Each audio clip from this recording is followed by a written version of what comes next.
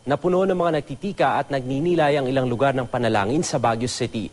Alamin natin ang pinakasariwang sitwasyon doon sa flash report ni Dante Perello. Dante? Yes, Steve, sa pilgrimage nga, dinaan ng ilang bakasyonista rito sa Baguio City ang paggunita ng Semana Santa. Ang ilan sa ating kababayan sa Our Lady of Lourdes Grotto nagtungo para magtika. Bahagi raw ng kanilang pamamanata ang 297 steps na kailangang akyatin bago marating ang imahe ng Lourdes. Nag-alay ng bulaklak at nagtirik ng kandila ang mga may hiling at dalangin, gayon din ang mga nais magpasalamat.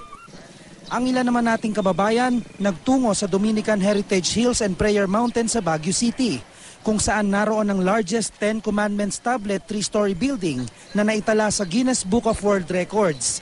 Base sa relihiyong Hudyo ni Jesucristo ang itinuturo rito, pero bukas sila sa publiko at non-sektarian.